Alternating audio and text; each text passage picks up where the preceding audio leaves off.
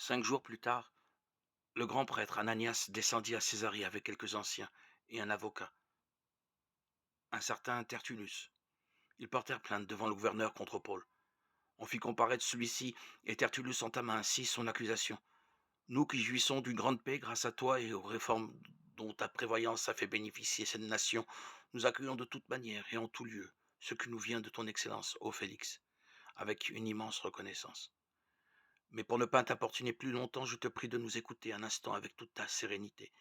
Nous avons constaté que cet homme est une peste. Il sème la révolte chez tous les juifs du monde entier.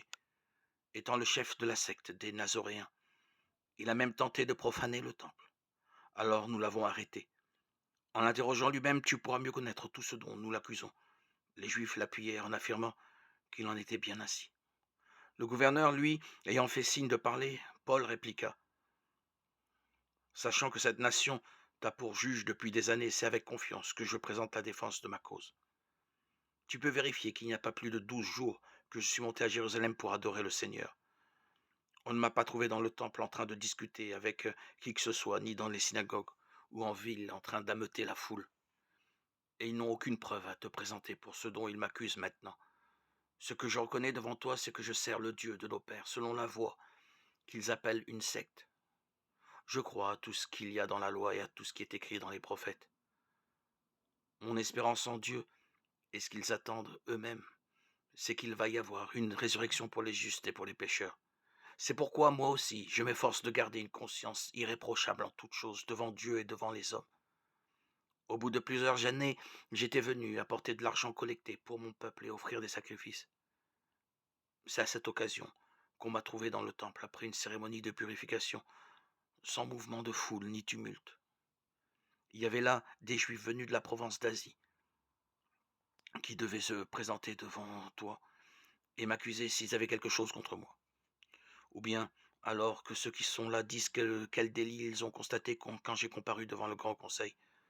À moins qu'il ne s'agisse de cette seule parole que j'ai criée debout devant eux. C'est à cause de la résurrection des morts que je passe aujourd'hui en jugement devant vous.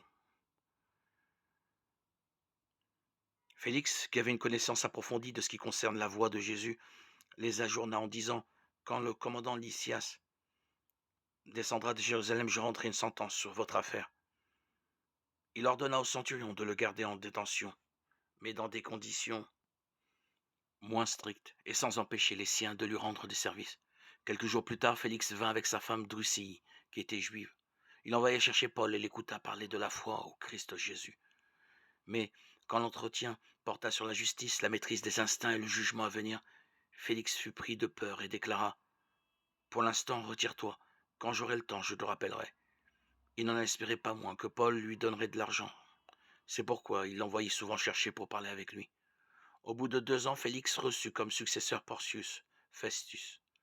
Voulant faire plaisir aux Juifs, Félix laissa Paul en prison. Acte 24, 1, 27.